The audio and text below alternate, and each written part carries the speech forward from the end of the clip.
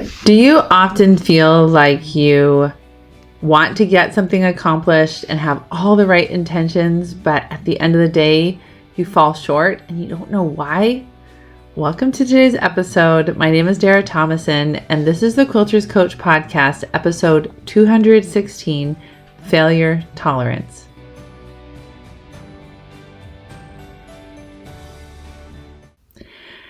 What does that even mean?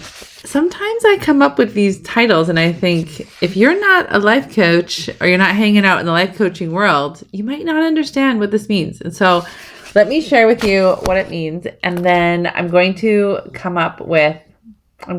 share with you ways that you can overcome this challenge. Because as I explain it to you, you're going to say, oh yeah, that's me.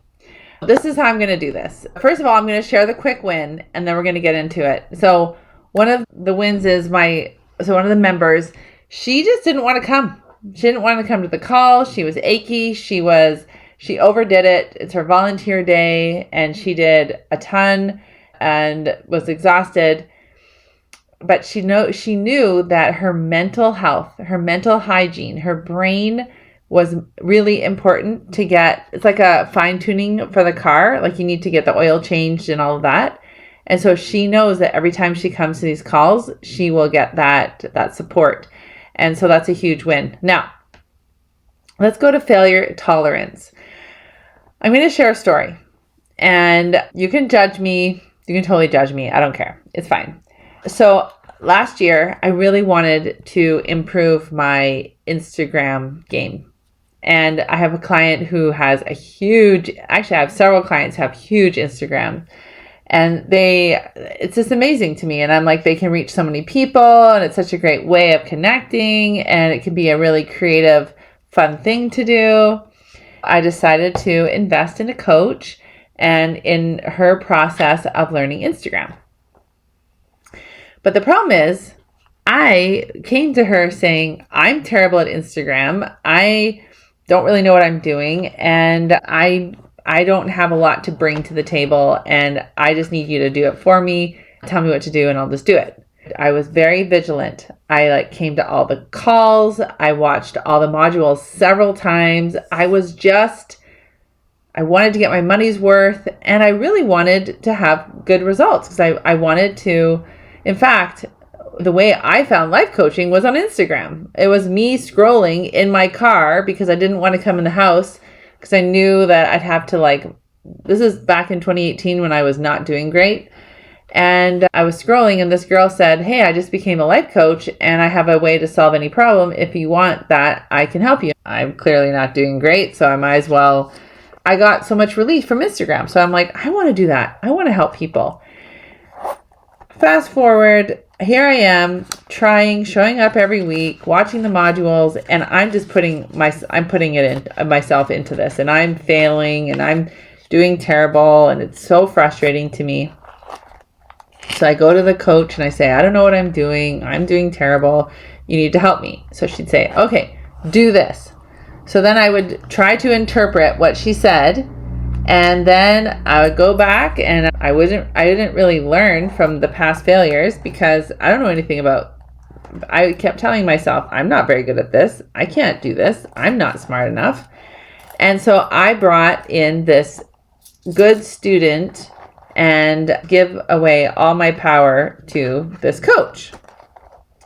Turns out for an entire year, I show up every Wednesday, and she even changed the call time so that she could accommodate me. And I still kept failing, fail. And it was just so frustrating to me because I'm a person that if I'm going to do something, I'm going to do it really well. So I'm mad, I'm angry, and I just say, and she kept saying to me, it's easier than you think. I was just like, this is ridiculous. I hate this. So I tried. I even paid extra to have a one-on-one call with her. Cost me $800. I know, it's embarrassing how expensive it was.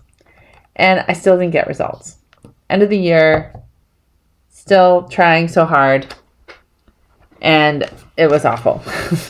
I did what you said I should do. I tried what you said. I would go all full in for 2 weeks with this new strategy. You can look through my Instagram. You'll see the trends that I was trying. Okay. So now this is where the whole podcast is going. I had a very low failure tolerance. I did not bring the creative, curious Dara who's lost 50 pounds and kept that weight off for over 5 years. I didn't bring that version of me. I brought the needy, that now I'm resentful, now I'm angry, now I have more shame about myself. Dara, which doesn't actually get you results. That was the Dara, that was diet Dara. That was the Dara who was coming to diet saying, I'm not smart enough, I'm not good enough, I need someone to tell me what to do, when to do, and how to do it. So when the turning point, when I got the life coach in 2018, who I found on Instagram, I was able to be open and able to see, okay, I need to fail. I need to try to eat this way, and I need to go on the scale every day and get feedback from the scale, and then I can tweak what's going well, what's not going well, and what can I do better next time. I didn't bring that version of me to Instagram. And so I'm trying, again, I've recommitted, ladies, to learning how to communicate my message. I'm just trying, and I'm allowing myself to fail, and I'm allowing myself, so I have this tolerance of, hey, actually, I want you to fail. I want you to see what's not going well, and I want you to be able to work through that. It's making a difference. And I'm able to look, instead of the number on the scale, I'm able to look at views. I'm able to look at how people are reacting to different reels. And then I'm able to get that feedback, then make informed decisions. They tend to like it when I talk about menopause. Okay, I can do that. That sounds great. So I want you to tell me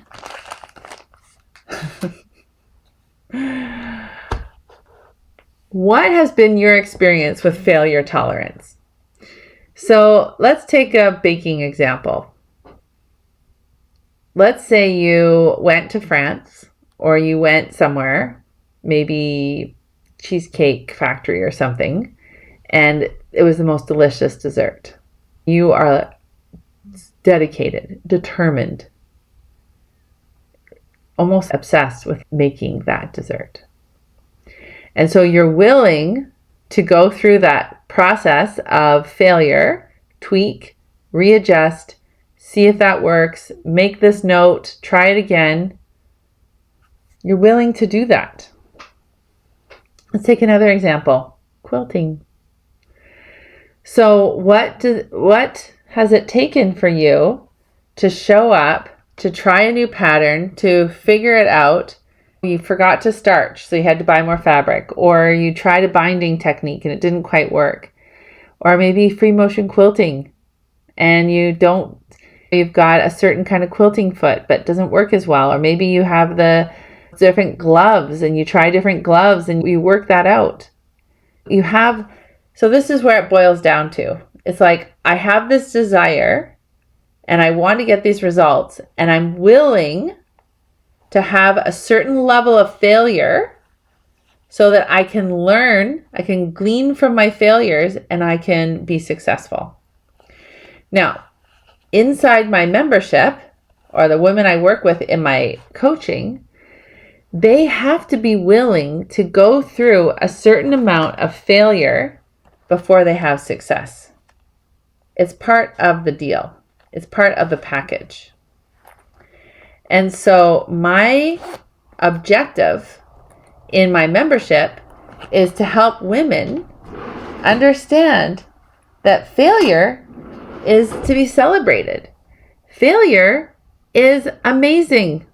Failure is us being willing to try something, get feedback, and then readjust. So I was thinking about my experience of being a parent. And I was willing to fail at certain things because I was wanting so much. Oh, that's not good proper English. I had such a desire to be a really good mom. So in order to be really good at something, you have to be really good at failing at it. But learn that this is the key.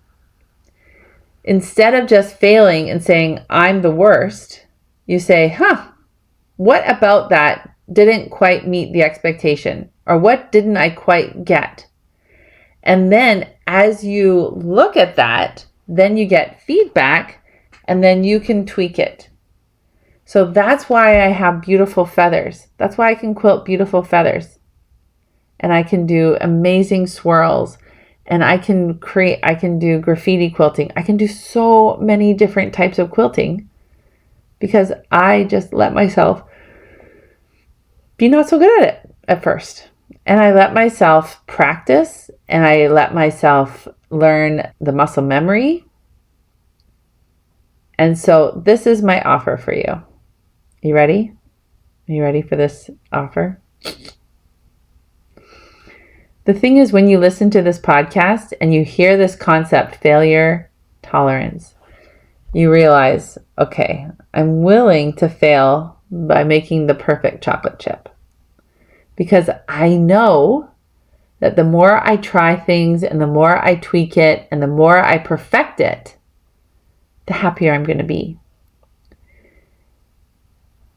And intellectually, we know that's how we become really good at something. We know that we have to be willing to fail to do it. But this is the key. The key is to not make it mean anything about you. It's not, you're a failure. This is not a personal thing. This is just a human thing. A human thing is that we have to fail and learn from our failure so that we can get better. So my invitation is for you to book a call with me.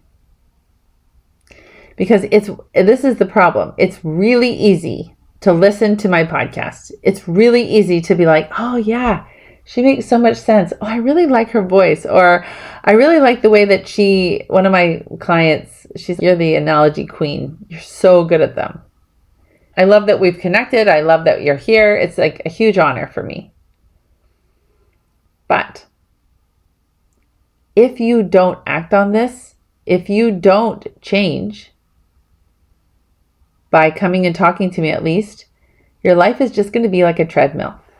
And today, actually, I got some coaching by my mentor, Jody Moore, and I was talking to her about a goal that I have and that I'm feeling like if I change too much, then I cause a lot of ripples. It affects my relationship with people in my family and those kinds of things.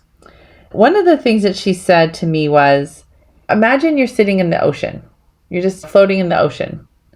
You can make a decision. You can say, all right, I'm just going to let the ocean just take me wherever it wants to take me, right? We have undercurrents, we have all the things. Or I can just decide that I want to row my boat and I want to go in a certain direction. And there's going to be some opposition. And my sister-in-law can come by, or my mom, or my neighbor, or the lady at church, or whatever. And they could be like, actually, when you're successful this way, or when you do this, it makes me feel uncomfortable. And I can say, yeah, I can see that. Yeah. But I just decided that I'm actually going to row my boat over here. You don't have to like it. That's fine.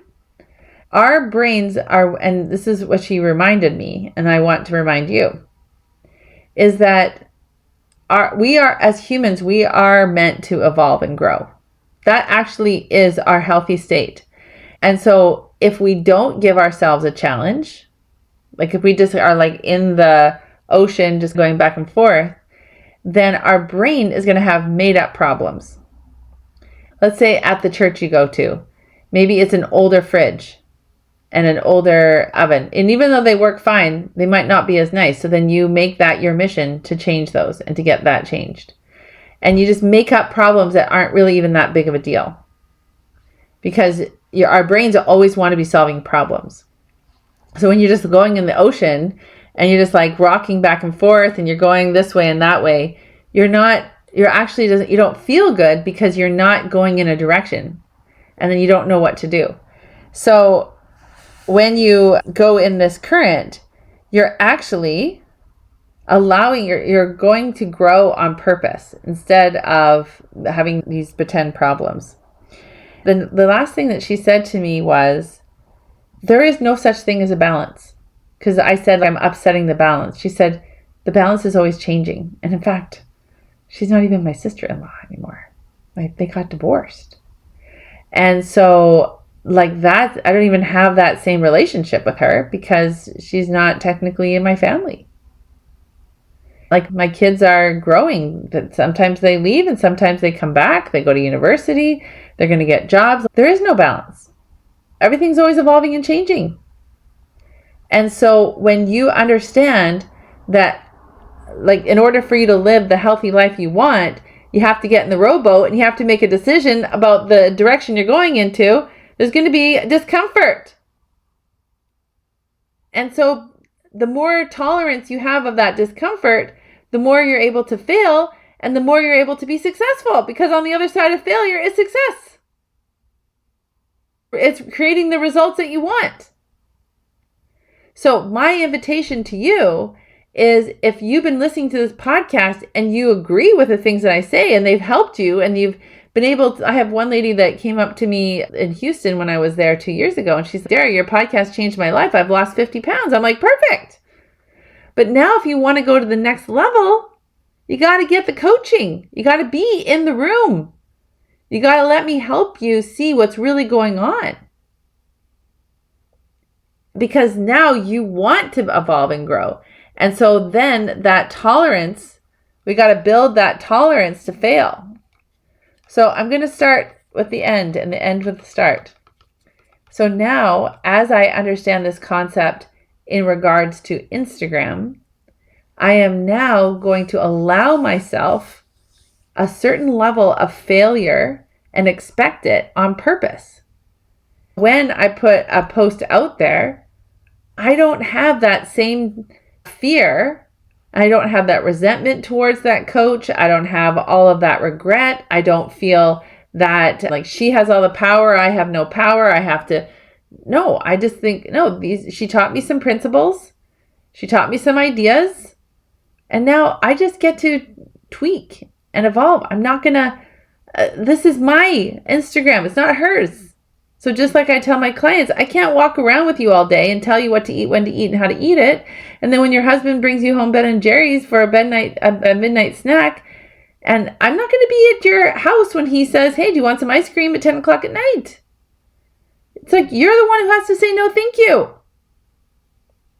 So come on the call and actually talk to me about what is it that's stopping you from creating that.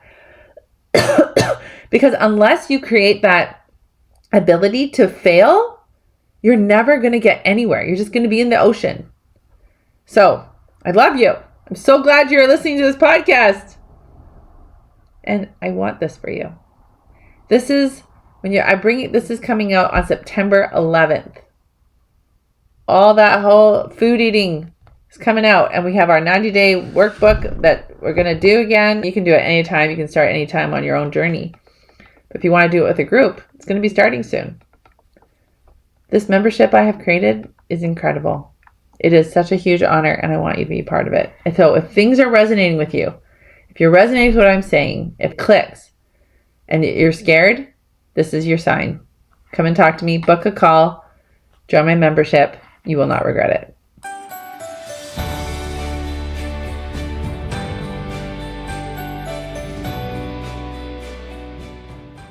If you aren't loving your current life and hear yourself saying things like, I should be happier, I should be getting more done, or question how productive and fulfilled you are, this podcast is for you. I'm Dara Thomason, a professional quilter turned life coach for quilters.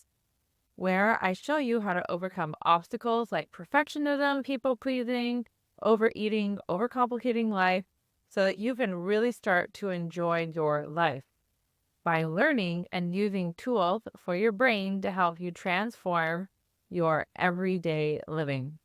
Are you ready to make these changes? I'm ready to help. Let's start your transformation one UFO at a time.